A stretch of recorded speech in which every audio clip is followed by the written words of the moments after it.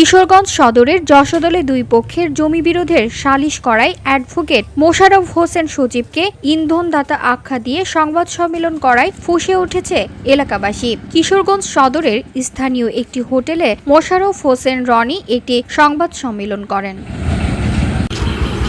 সালিশকারী advocate Mosharraf Hossain সবুজকে ইন্ধনদাতা বলায় তিনি বিষয়টি নিয়ে ক্ষোভ প্রকাশ করে বলেন, উল্লেখিত জমিটি ভিপি তালিকাভুক্ত হওয়ায় জমির মূল মালিক আব্দুল মোতালেবের পুত্র বাসির উদ্দিন গাংরা অবমুক্তির জন্য সরকারকে বিবাদী করে উপযুক্ত আদালতে মামলা করেন। দীর্ঘ শুনানি শেষে জমির মূল মালিকের পক্ষে আদালত রায় ও ডিগ্রি প্রদান করেন। পরবর্তীতে বাদীর চাচাতো ভাই শাহাবুদ্দিন গত 10 তারিখে সহকারী কমিশনার ভূমি কিশোরগঞ্জ সদর হতে ২১,১৭৮১ নং রসিদ মূল্যের উক্ত ভূমি সরকারের কাছ থেকে লিজ নেয়, যা সম্পূর্ণ অবৈধভাবে লিজ নেওয়া হয়েছে।